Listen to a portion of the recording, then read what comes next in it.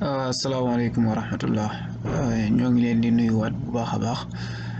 di leen ziar di leen laaj seen jàmm yaram mbaa yéen a ngi si jàmm. Xam naa rek ñëw def benn petite vidéo ci sunu kii yi nga xam ne sunu internet yi nga xam ne ñi nga xam ne ñoo ñuy suivre di laaj naka la ñuy def pour accéder ci document bi nga xam ne moom la ñuy faral di wax ci sunu vidéo yi naan mën nga ko télécharger gratuite mu nekk sous format PDF en fichier PDF nga mën di ko lire ay jamono yu nekk mu bari ñoo xam ne xëy na dese na leen leer naka la ñuy def ba télécharger ko kon tey loolu la ñuy ñëw rek leeral ko daal di arrêté foofu noonu. Premièrement dañuy ñëw dugg Google dugg YouTube su ma duggee YouTube yaa ngi gis face baa ngi ma daal di ñëw daal di def recherche def par exemple ma ne Sen École Virtuelle TV Sen École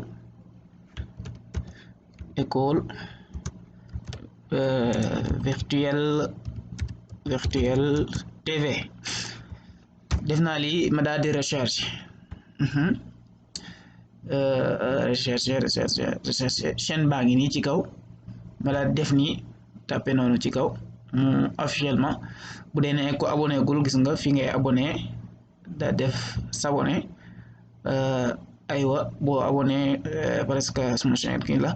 nga abonné daal di gis cloche de notification aywa nañ wàcc ci suuf daal di ñëw ñu xool ci vidéo yi ban vidéo lañ ci bëgg a seetaan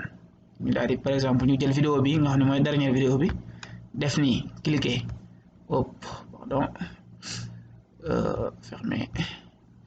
damay ñëw ma ne nii deux clics mu ñëw vidéo baa ngi comme na ngeen ko gisee nii sunu kanam mi ngi nii mais duñ ko lire aywa léegi écran baa ngi suma kanam damay wàcc bu dee da ngaa yor téléphone da ngay daal di wàcc boo wàccee nii gis nga fii ngay abonné lii mooy barre de description lii nii mooy fii ñu bind nii ci suufu chaîne bi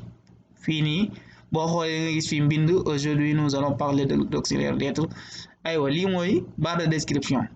boo xoolee fii ci suufa suuf gis nga fii plus bu dee téléphone yi xam naa ne daanaka benn bind bi mooy feeñ li ci des plus